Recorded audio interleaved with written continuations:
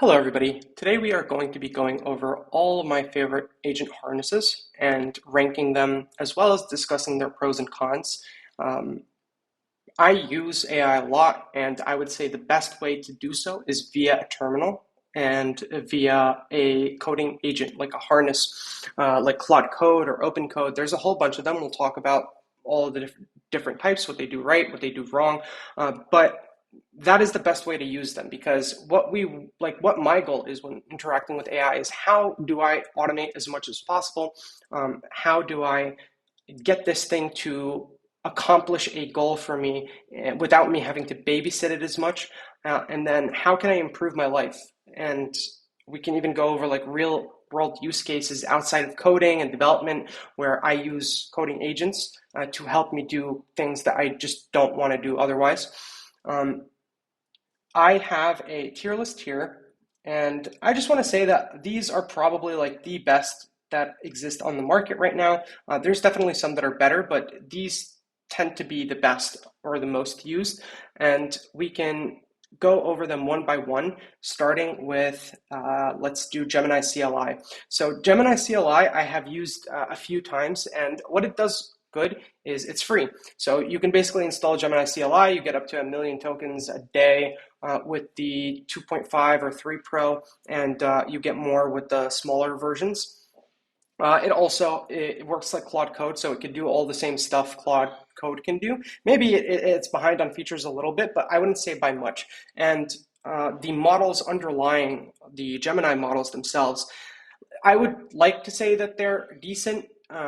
Maybe in doing things like document management or file organization, but even then I feel like they're not as good. They're not as great coders. They don't listen to instructions well. They are really bad at tool calling. And so more than a harness problem, it seems to be like a Gemini or like a model problem. And they don't really give you a way to use other models. Like you can definitely hack it in there, but that to me is a big negative, right? They also, I believe, use ink under the hood. So they have the flickering problem. Correct me if I'm wrong, maybe I'm mistaken, but I believe they use the same library. At least the last time I tried, I was having issues with it.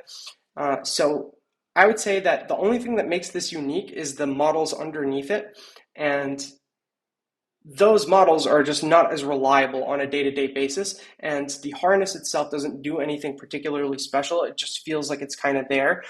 Being free helps, and so I'm just going to put this in, like, to be honest, I would just put this in D. Now, maybe somebody knows how to use this better, or there's something that you can do with it that I am not aware of, but I just have never had a use for it. I've tried it only for the free tokens, and it kind of sucked so much that I didn't want to go back to it. Next is GPT. So the GPT Codex CLI tool is very unique. First, it's like the way it's built in Rust, and so it doesn't have the same issues as the other CLIs. It tends to be way more reliable from my perspective. It doesn't have that many like TUI-based bugs. It seems to perform well, but it is very bare bones in terms of features. They started adding new stuff into it lately, like sub-agents, background processes. All of these have been added within the last few months. However, there is something that this model, so this harness specifically does really well that I think they were the first to do it, and that is queued messages. So what you could do with what you could do with Codex is, let's just skip this for now, and let's see. I am going to set the model as, let's do medium. I want you to create a one-page HTML JS app of a video game that I can play in the browser, use Three.js, make it unique, but have clearly defined rules and challenges. Please now make a browser. And this is one of the things that the Codex CLI does wrong. So what's the video source? I need you to just do it, no questions.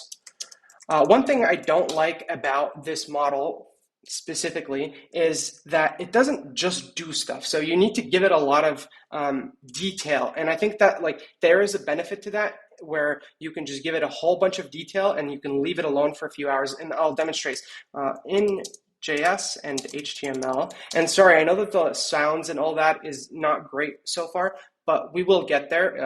I think next week I'll have a better mic. Do not ask questions, just work. And you could see here that it went into queue mode. So what this means is this message will not be seen by the model until the model finishes with its first task. And this is pretty unique in that most of the harnesses don't do this. There is one other exception, which we will get into, but just to give this a fair shot, let's do Opus, and we can just take this and paste it in here, and we can let it go. So built the single page JS, so it did, and once it did, it started actually then building the next thing, which is what makes it like a long-term task. So imagine this: you can create a scope of work, break it into 10 tasks, then clearly define every task, copy paste it, send the model the first task, send it the second task, send it the third, and go until you are done. And then you can have it run for 6, 7, 8 hours. And I've had it run for 17 hours at some point. And I think that it is probably the best at these long running tasks. So the Codex CLI is very good at long running tasks. It is very well performing, so it doesn't like fall apart whenever you touch it. And the underlying models themselves are really good. And I believe that they also give you the ability to add your own models, which is, always welcome. We can open these just to see like what the output would be. And this is the game. Let's see. All right, well, the game is not playable from what I can see. Is it? Nope, the game is not playable. Now, that is very silly. So you could see here that this is just not good at all with coming up with its own details, I would say. This is a browser, google.com. Let's see. This domain is in use for documentation, and this is not what I asked it to do, and it can't open the page. So you could see here that this harness specifically is built for very long running tasks. It's built for you being able to scope out a very well-defined document that has all the different things that the model can do, and then break it down into work chunks and then send those over in a queue and leave for the night. And so I usually use this at the end of my day. If I have to do a whole bunch of stuff at the same time, I will queue everything up in there and let it run. So I will also open, this is the one that Opus made. And so Opus is way better at doing things that are not structured really, like you just tell it to do something and it'll figure it out. And I like that about the model, but we're gonna go talk about, so I would put, by the way, the Codex as an A tier. It does a lot of things well. It's a little bare bones, and the models themselves are not very good at figuring things out. Like there's no option that I can choose a model that can figure itself out. And if I'm gonna use Claude, let me just put it in something else that makes more sense. However, let's go to Claude Code. So here is Claude Code, and we can minimize this and we can look at why I don't like this harness. Let us go to context. So I will ignore the stuff that I put in there, but we can look at all the other things. Now, the Claude Code harness is the first that I tried from the CLI sense, and I used it a lot, and I really enjoyed it for a very long period of time. But then when I started trying other harnesses out, I like very quickly learned that, okay, this is not peak, right? It's just, it has a lot of features. There's a lot of things you could do with it. It's very hackable. It's very extendable. It's closed source.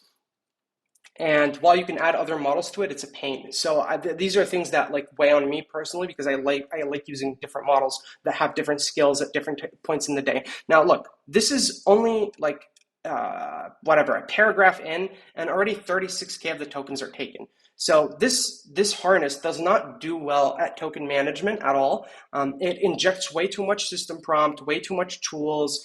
like 17K in system tools. These are not tools that I've defined. I put MCPs in there. A lot of people say that they don't like MCPs, and yeah, they have problems, but for work, it's great when I could just pull something up really quickly. I started moving to just skills and CLI tools at this point, and then like the auto compaction is at 16.5%, and there's a lot of stuff happening, and it's very overwhelming. It's not well organized.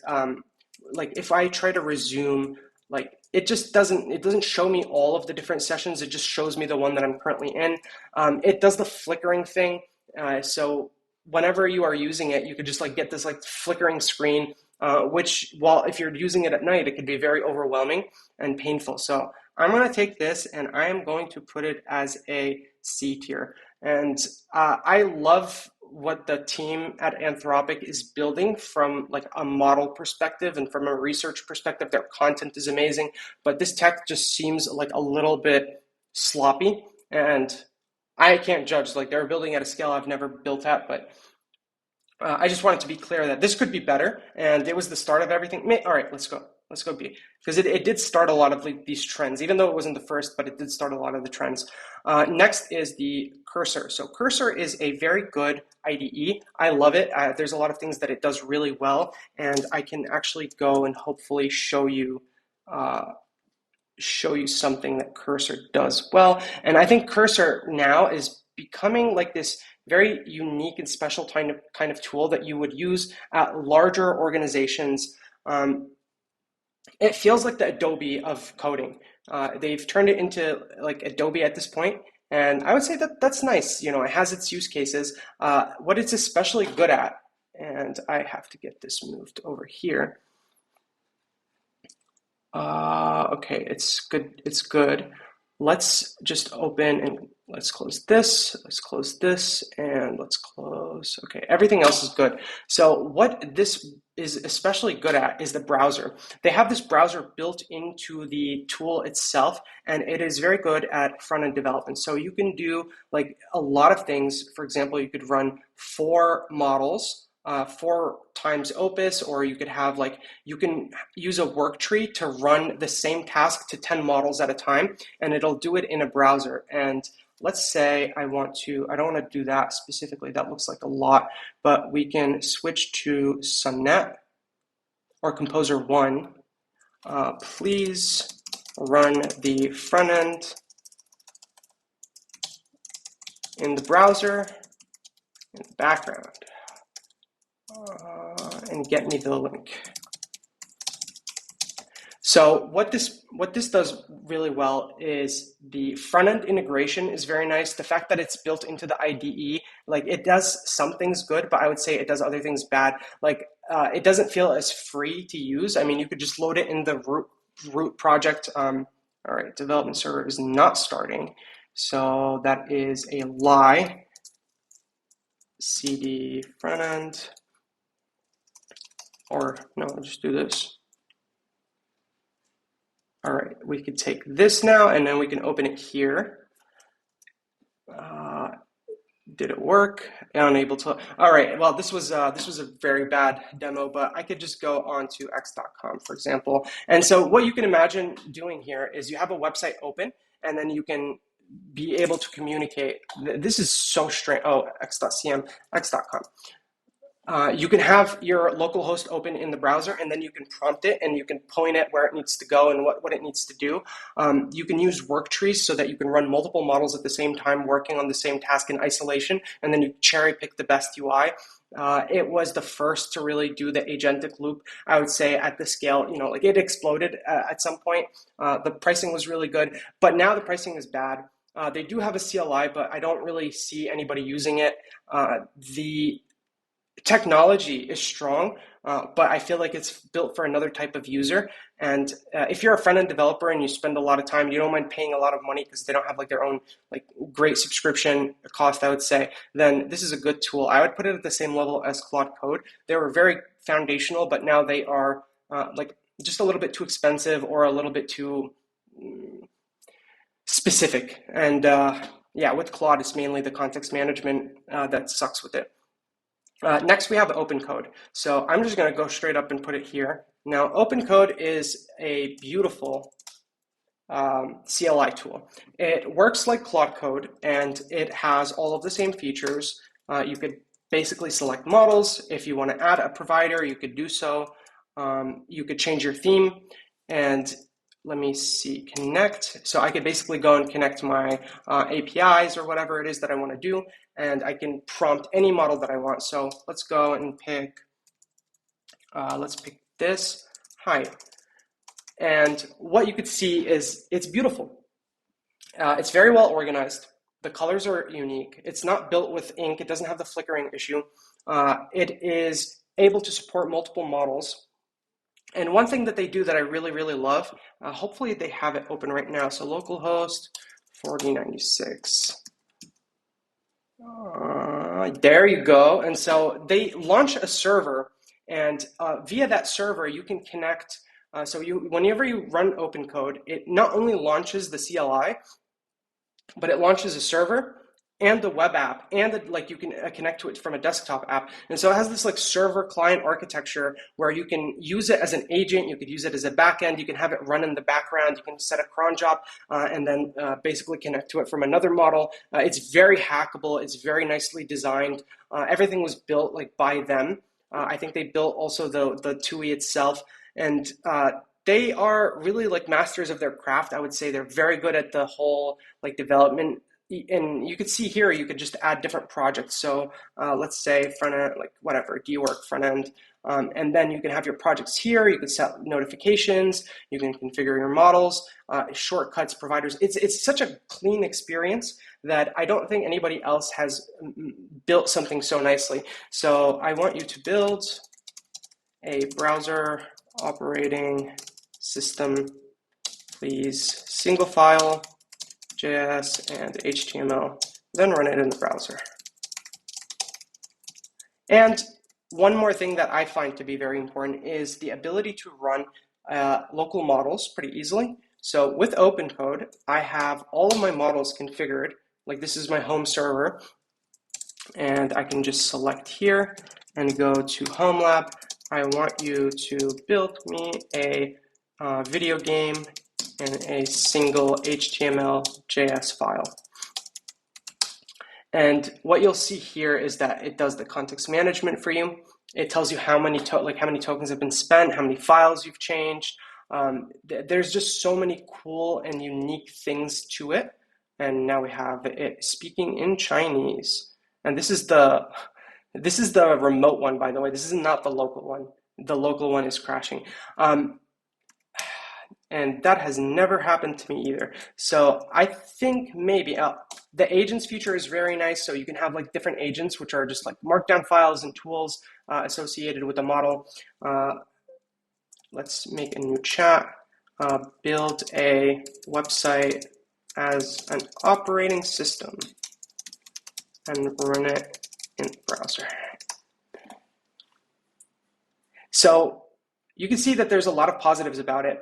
What does it do wrong? I would say the main thing I have experienced that I don't really enjoy, I'd like to no, just build.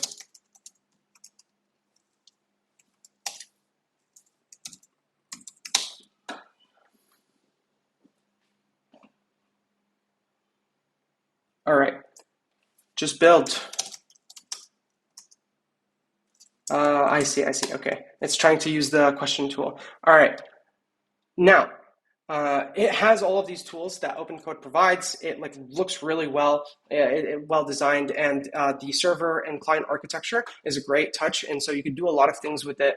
Also, their desktop app, I would say, is probably the way that we will be working in the future, where we have a visual structure of all of the different apps and CLIs that we're using and projects that we're working on, and then we just send them out, and then they contact us, right? So the LLM will go in and do the task and like communicate with you via this kind of structure and tell you what's happening with the tasks. So I would go back here and I would move OpenCode. Well, I already did move it to S. And thank you guys for bearing with me. I'm just having fun here. Next is Z. And so we are in Z. I want to open something that is not dangerous. I think this would be good. Yeah, there you go. So Z is a really nice code editor. So you have VS Code, and VS Code it's just not good at a certain point. When you have too many windows open with VS Code, it just crashes. When you have too many tabs open, it just crashes. It often just like goes into like a blocky screen. The extension system is great. Like, that's the thing that most people are using it for. But generally, the experience of VS Code itself is not good from the perspective of like the quality and the performance. The performance just sucks. And so this is a very, very good IDE that has the ACP extensions. And so you can see here that I can connect any model or any harness, local, like remote. I can set it up in here, and then it can use the IDE as if it were me. And so I could just go here, and let me try to get, let's say I want to get Pi open. And Pi is the last thing that we're going to talk about today. And so I could use Opus, but I want to use GLM 4.7. I want you to describe this repo to me. And so this is very flexible. And it gives you the cursor experience for free, because you can set up any extension, any subscription in this system within like 30 minutes. Your AI could do it within 10 minutes, and you have that ported into an IDE, and you can do all the same stuff, right? It has all the cool bells and whistles that you can expect. I can show you here, like it's just a beautiful experience, and I would say that the performance saves me so much time on every single crash that would happen with Cursor itself. And so now I just used Pi with my home lab. This is my own like local running GLM 4.7. I could just switch this now then to Claude Code or what? Let's go with Haiku 4.5, and then hey, how's it going? How it's going, and you can see here the context. And that was very, very fast from Haiku. So as you could see here, you could just switch models at any point, and you can bring any subscription that you want. And I don't think that this is against the terms of service of of Anthropic, because they have their own. You can see the Claude Code one here, and so all of the features in Claude Code are in here. All of the features in Cursor are on the other one, and the performance is excellent. The main issues. So when it comes to the issues that this harness has. It is an IDE, it's not very portable, and the session history, for some reason, like they haven't done history right. And so you can't go and check your old chats, which is super annoying. I mean, you could do it from the terminal, and I built it into my ACP, but you can't really do it fluidly, and that's a big pain. And so we're gonna take Z and we're gonna put it as an A tier. I love it. I think all of you should use it outside of the AI stuff. If you're using VS Code, just use Z. We have two left, and these two are, I would say, probably my favorite. So let's start with Factory. So Factory or Droid is a really good extension. It's a CLI tool. It's a desktop app. It's a web app. So let's see, Factory. Factory. And we can log in. I don't want to actually show my login unless I'm already logged in. And you could see it right here. So this is all of my chats, and I can access it from anywhere, from my phone, from anywhere, right? It's a server. It's like a web app that I can log into, and then I can prompt it and get it to do stuff for me either in the cloud or locally. So I need the desktop app for local, but I could also do it in the cloud. Well, see, I set it up and it picked it up. So let's see if there's anything here that's safe to look at. I need you to complete the wiring. Okay. Yeah, here. Agent readiness report. And you can see here that I can pull up any chat from any of my desktops, and I can check it and prompt it and continue to work with it. The models themselves, they have a lot of very good models. Their subscription is like very honest compared to other actors in the space.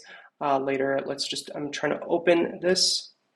And 1 second, I don't want to do this on the screen, but their desktop app is so beautiful, and their branding in general is very beautiful. Like I would say this is like amazing. Next is, let's just open a terminal here, and we can do Droid. And one very special thing that they have is a readiness report. So I will log in here.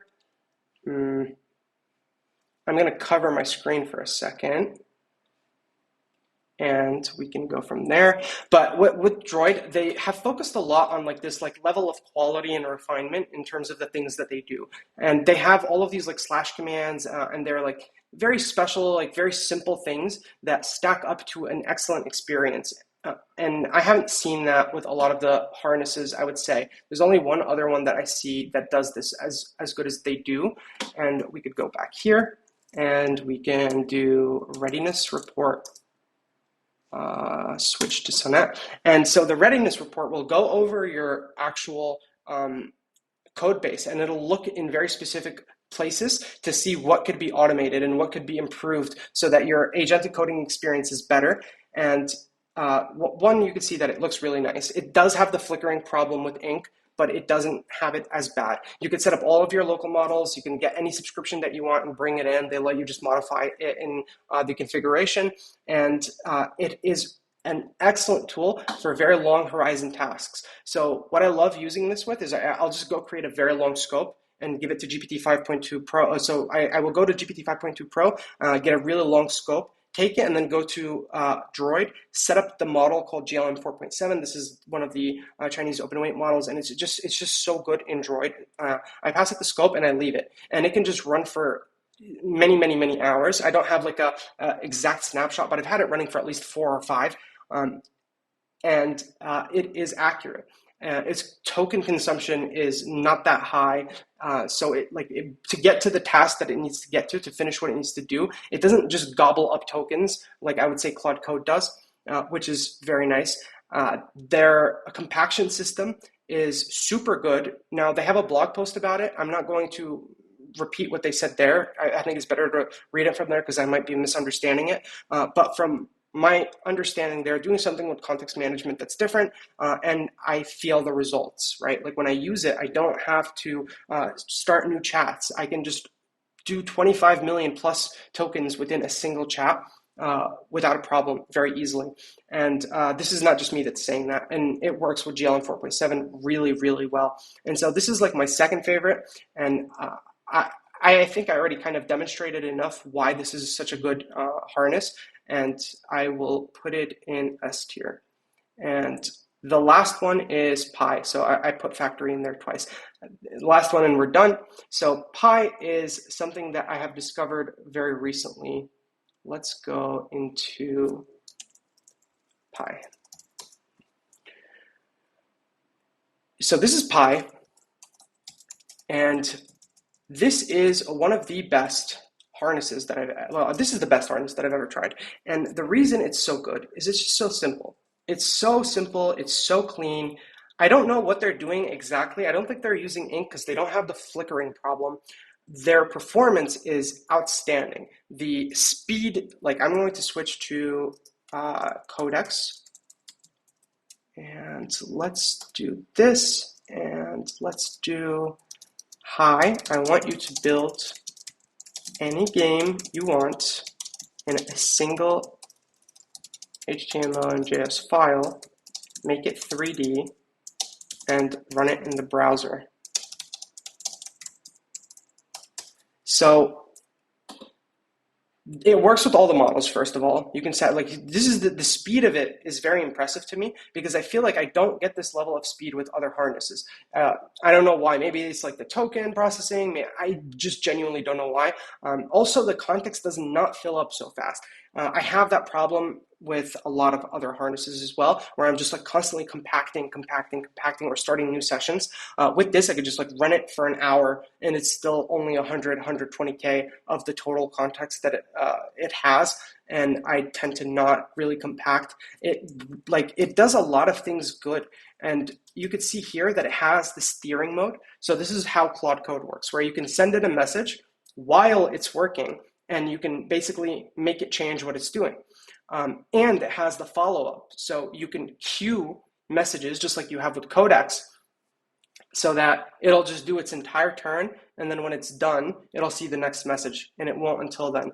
So index.html, open with default app, Is this the dodge incoming attacks? What did you make? Neon and 3JS, it just doesn't work. And let's tell it that it doesn't work. Don't trash it, please. It doesn't work. All right. And so I could also change the model here, and I could go to any model that I want.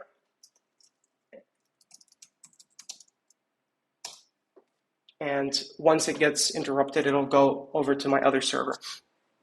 This is my home lab, and it'll then start communicating with that model. And I could set up the prices for all the models, and it'll track all of the tokens that went up, all of the tokens that came down, all of the tokens that are in the context window as of now. And this is for the entire session. So even if you're compacting, you get to see all of the stats in one place. It lets you switch like the modes. So this one doesn't have mode switching, this specific version. And you could set up scopes for models so that you could cycle between them very quickly. You can share, which is very nice. So I can create a gist and then it'll get me the link. And let's see.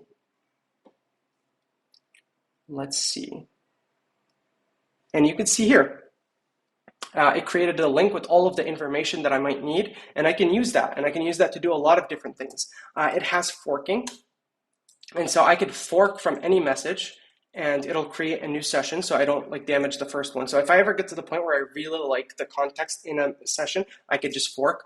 I could do, like I could rename sessions, I can change sessions, I could set up hot keys.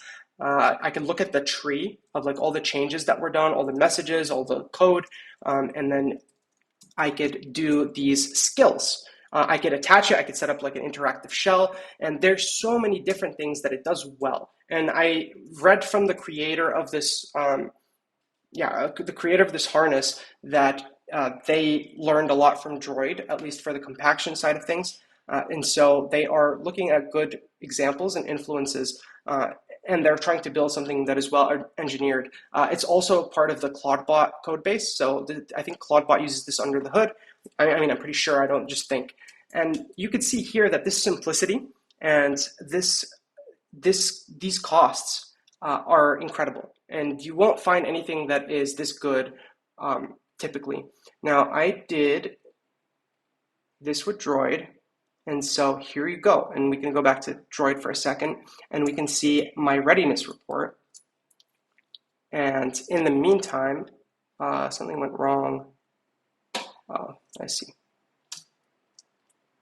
I need to change that. And one more thing is Pi goes as the number one.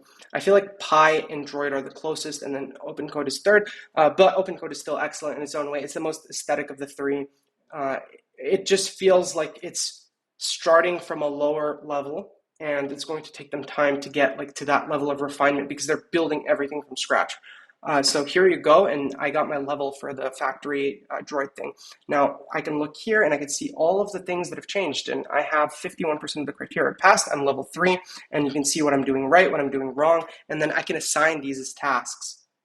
And this is very good because it lets you accelerate your work, right? You could start this on an empty repo or like a new repo or an old repo that hasn't been AI-ified yet, and you can get it set up, and you could do it with guidance that is, I would say, very professional. And so I love what they're doing. I hope that they keep doing it. Now, what do I do with all this, right? I get this question a lot. So I use this for my job. I have a job. I have to do data entry, data research. I use this for my job. I use this to manage my documents. I use this to clean my desktop apps, or like my desktop in general. I use this to schedule things and to learn and to take care of my family. There are billions of things that you could do with this. I use it to recommend me music and to process all of my data, to do my budgeting and my billings, to set up my invoices, to pay my taxes. And, you know, they're there. They have a lot of flaws. There's a lot of things that you're going to do that are going to look sloppy and bad. But generally speaking, if you get good at this technology and you can then refine and improve your accuracy over time, you can do so much more than just like one specific job or one specific thing. Hopefully this helped. I know it's a little bit messy. Please like, comment, and subscribe if you enjoyed it. And thank you for taking the time to listen to my rambles.